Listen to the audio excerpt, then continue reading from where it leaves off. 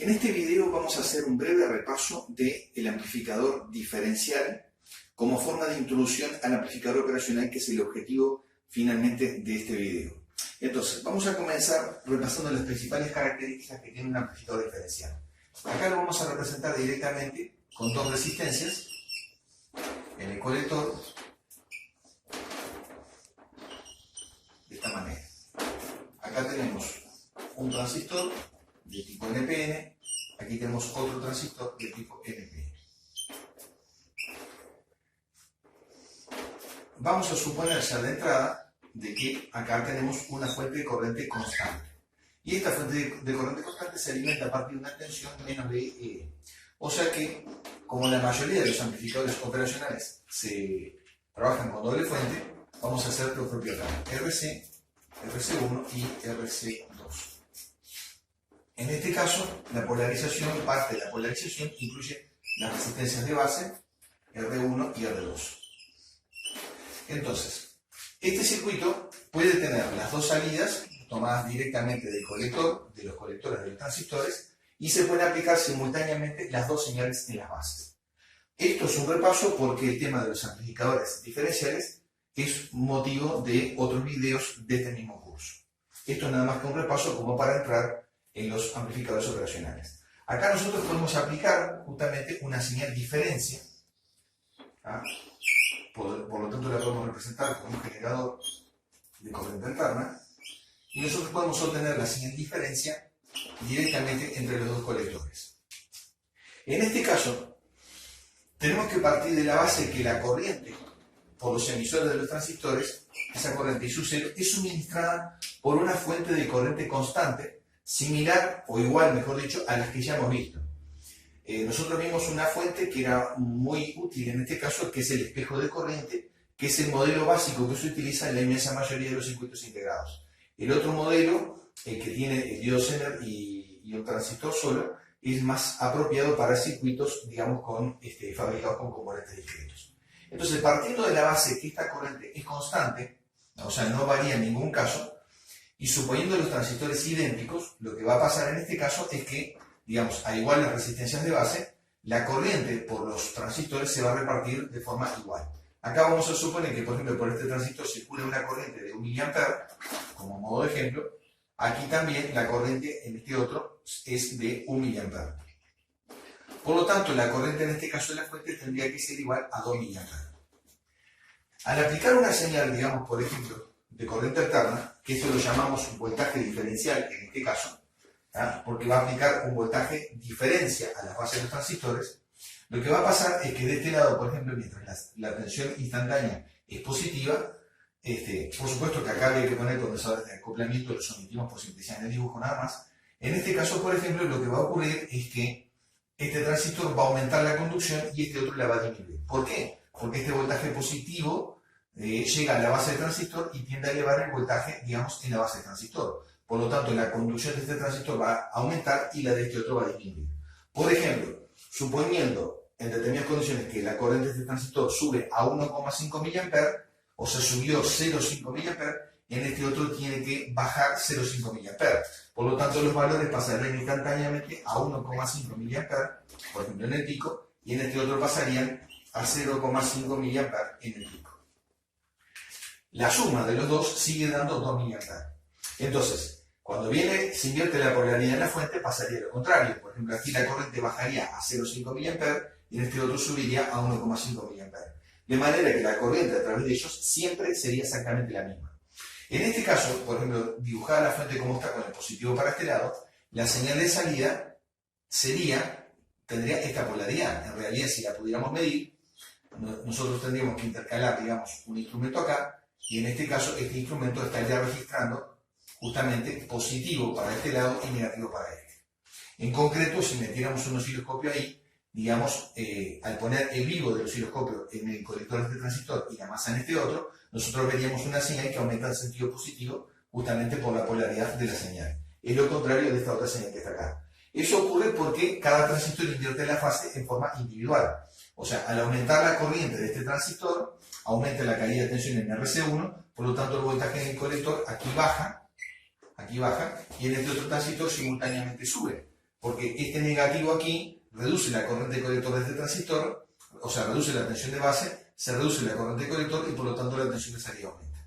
Cuando se invierte la polaridad aquí, pasa exactamente lo contrario. Aquí tengo la alternación positiva de la señal y aquí la negativa. La cuestión es que estas dos tensiones también están desfasadas, digamos 180 grados, al igual que las bases. Esto es lo que se llama señal diferencial y el circuito perfectamente bien opera de esta manera. Lo único que en la práctica muchas veces no se utiliza, no siempre, pero hay casos en que sí se utiliza la señal aplicada a las dos bases de los transistores y obtenida de los dos colectores. En muchos casos no es así. A veces incluso se aplica la señal en las dos bases y se obtiene de un solo colector, que es lo que pasa incluso en la mayoría de los casos. Por lo tanto, en este caso, el amplificador va a tener lo que se llama una cierta ganancia que se va a llamar ganancia diferencial. Esto es igual a ganancia diferencial. La ganancia diferencial es la ganancia producto de una señal diferencial en el circuito de entrada. Ahora bien, vamos a borrar un poquito, despejar un poquito el dibujo y vamos a ver lo que pasa acá. En este caso, por ejemplo, vamos a representar ahora una señal lo que se llama, digamos, en modo común. Una señal en modo común. Para nosotros representar una señal en modo común, vamos a hacer lo siguiente. Aquí vamos a suponer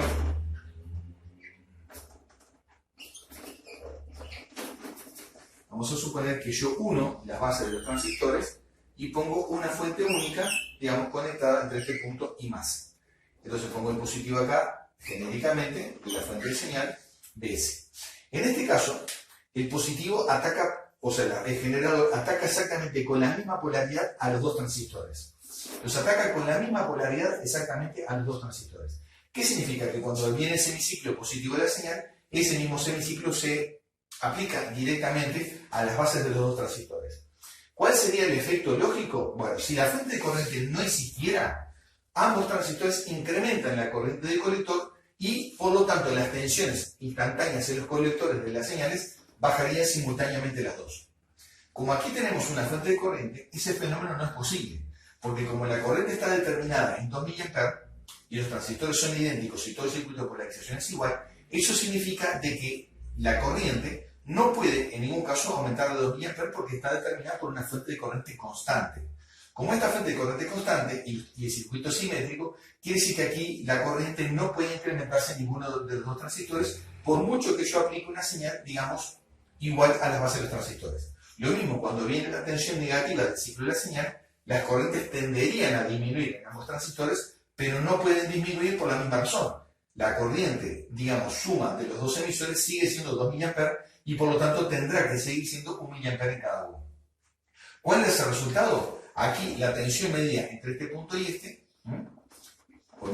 con un voltímetro o con el osciloscopio, sería exactamente 0 volts. O sea, en una palabra, no hay salida diferencial entre los dos colectores. No hay salida diferencial en ninguno de los dos. Entonces, eso significa, por lo tanto, de que este circuito no responde a lo que se llama la ganancia en modo común. O sea, esto es lo que llamamos AC. AC es igual a la ganancia en modo común.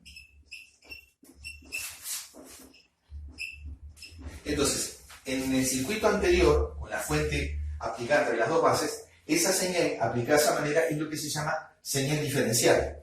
Y esta otra señal es lo que se llama señal en modo común. Existe un parámetro que se llama CMRR, ¿no? CMRR, que esto significa relación de rechazo en modo común, del inglés, que está escrito por supuesto por sus siglas en inglés, y esto viene siendo el cociente entre la ganancia diferencial y la ganancia en modo común. Cuanto más alta sea esa ganancia, mejor van a ser las características del amplificador diferencial y por lo tanto del amplificador operacional. Generalmente el CMRR en un amplificador operacional práctico es mayor que 100.000 en la mayoría de los casos, ¿tá? Es lo deseable, aparte de que sea mayor que 100.000. Lo ideal es que esto fuera infinito, o sea, esto sería infinito en forma ideal. En la práctica, ¿no? 100.000 aproximadamente es un valor práctico. Es un valor práctico típico.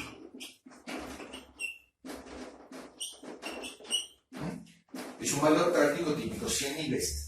Quiere decir que la ganancia en modo diferencial, digamos, es un valor práctico típico. ¿Qué ventajas tiene, digamos, el amplificador diferencial? Bueno, esto es lo que lo hace, digamos, un amplificador prácticamente perfecto para amplificar señales en condiciones no ideales. Una de esas condiciones no ideales, por ejemplo, es tener fuentes no reguladas. En un amplificador común y corriente, de un solo transistor, como las configuraciones habituales que hemos visto, el voltaje, digamos, de rizado de una fuente de alimentación entraría perfectamente bien a la base del transistor. Por ejemplo, vamos a representar el caso. Acá yo tengo un divisor de tensión que polariza la base de un transistor. En concreto, tenemos lo siguiente. Esto es una etapa común y corriente en el emisor común donde se aplica la señal de la base y se obtiene por el colector. Aquí tenemos el condensador de acoplamiento, lo mismo que acá. Entonces, lo que ocurre es lo siguiente. Si esta tensión, por ejemplo, acá hubiera zumbido de la fuente, por ejemplo, un pequeño rizado, en concreto, por el divisor de tensión que se forma entre las resistencias R1 y R2, lo que va a pasar es que una pequeña fracción de ese rizado va a aparecer a través de la base del transistor, porque simplemente R1 y R2 no solo que dividen el voltaje promedio, o sea, el valor VCC de la tensión, sino que también harían lo propio con la señal alterna que está presente superpuesta al VCC, o sea, rizado de la fuente. Lo que significa que aquí en la base del transistor, la señal que se vería sería un rizado, lo único que un poquito más pequeño. La misma frecuencia exactamente, pero un poquito más pequeño. Este rizado estaría entrando, por lo tanto, en la base del transistor y estaría siendo amplificado por el mismo. Una vez, digamos, invertida la fase de la señal, como haría habitualmente esto, la amplificación de ese rizado podría ser bastante grande.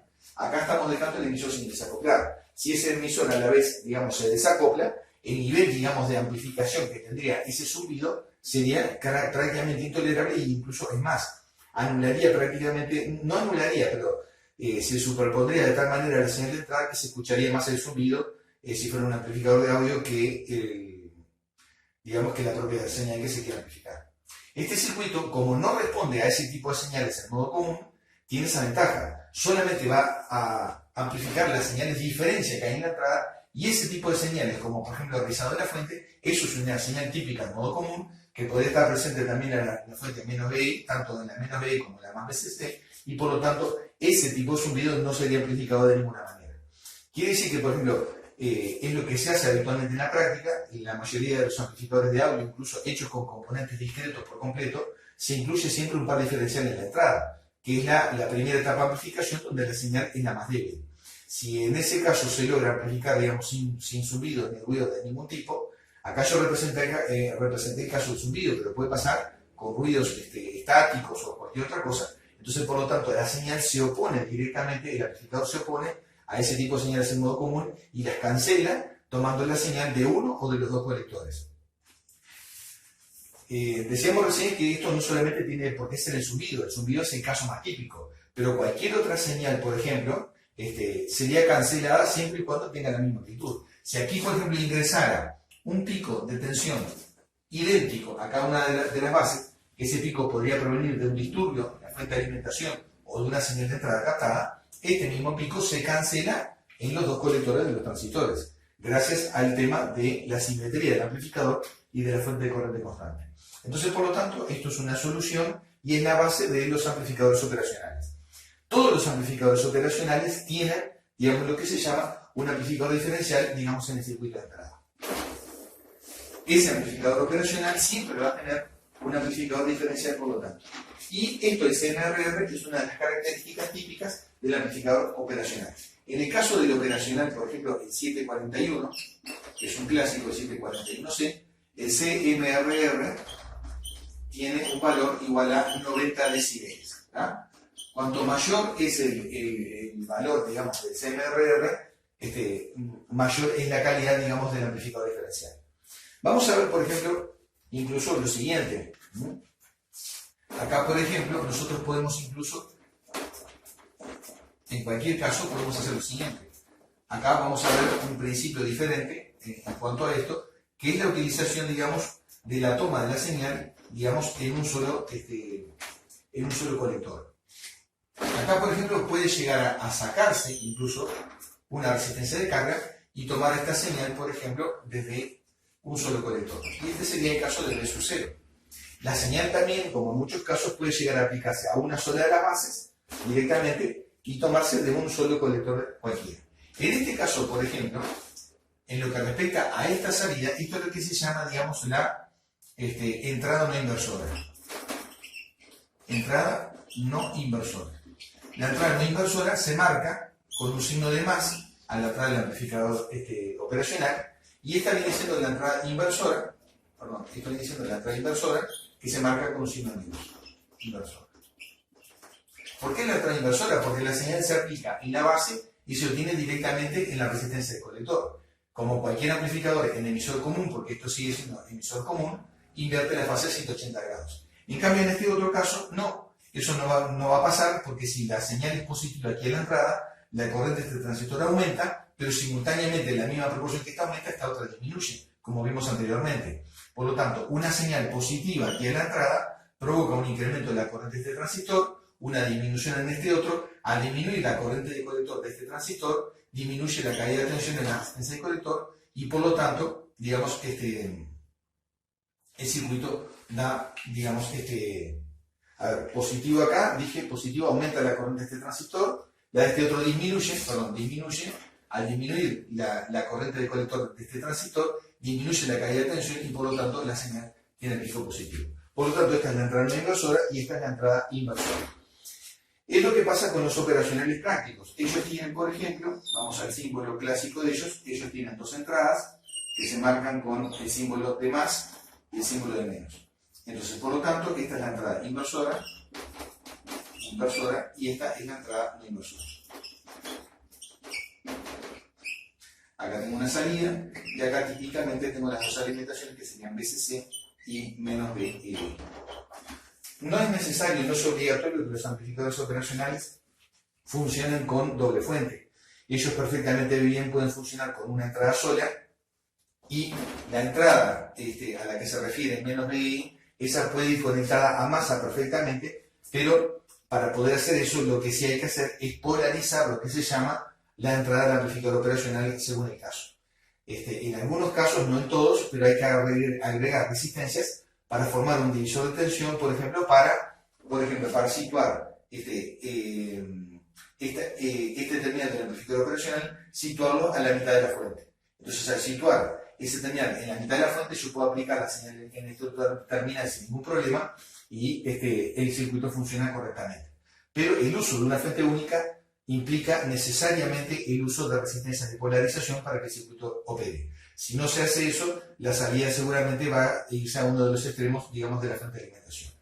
Bueno, esto fue, digamos, un repaso general del amplificador diferencial en lo que tiene que ver con los amplificadores operacionales.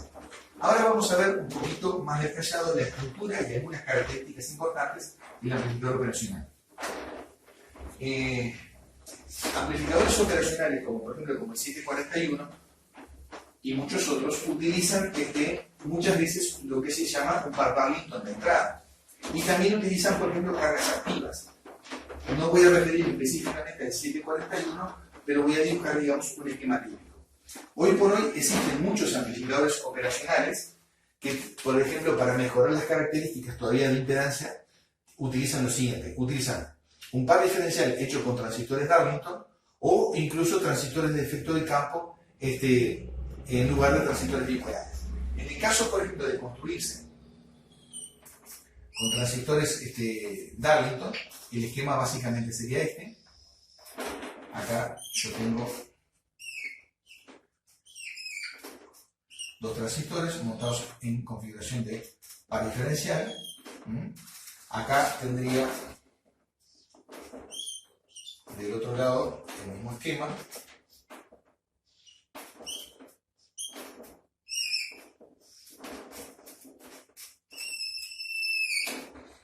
Ahora vamos a hacer una pequeña precisión en cuanto a algunos detalles de esto acá, de la resistencia del colector, y vamos a ver lo siguiente.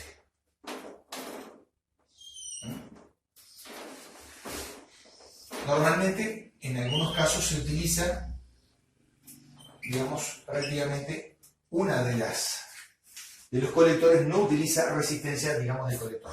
y acá va a utilizar lo que se llama una carga activa. A los efectos del esquema básico de un amplificador operacional típico, esto viene siendo la etapa de entrada, en la cual yo tengo una fuente de corriente. En este caso, esta fuente de corriente sería como el tipo visto anteriormente, por ejemplo. O sea, en una palabra, acá tendríamos, por ejemplo, un transistor. Acá tendríamos el transistor que hace espejo de corriente con él. O sea, unimos las bases del transistor. Acá se unen los emisores. En este caso acá tendríamos la resistencia que determina la polarización del transistor y el colector y la base de este transistor unidos. Acá iría la fuente menos de y por lo tanto la corriente que circula por acá es la misma que circula básicamente por esta resistencia de polarización, tal como vimos en el video dedicado a las fuentes de corriente. Tomando la salida de un solo colector, tendríamos etapas intermedias de amplificación, que en algunos casos estas etapas intermedias pueden ser otras etapas diferenciales más. A veces son etapas comunes y corrientes de amplificación y a veces se utiliza de vuelta otro amplificador diferencial en cascada con este otro. Eso sí, mejorando las características de relación de rechazo en modo común, y después termina en una pequeña etapa de potencia, por decirlo de alguna manera, que aunque la potencia de salida puede ser de igual, no deja de ser una etapa de potencia. Esto tiene una muy baja impedancia de salida, amplificador de potencia sería en este caso, amplificador de potencia, y esto es un amplificador intermedio.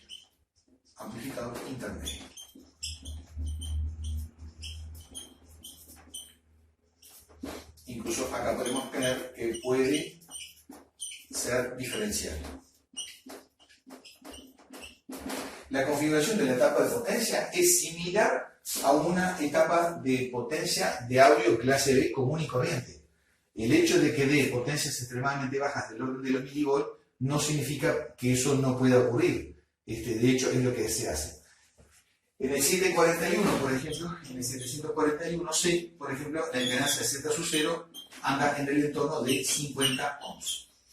Ya que estamos poniendo la ganancia, tenemos que la ganancia de voltaje AB en cadena abierta está en el entorno de 2 por 10 a la 5, o sea, en una palabra, 200.000 veces la ganancia en cadena abierta. En cadena abierta significa sin realimentación.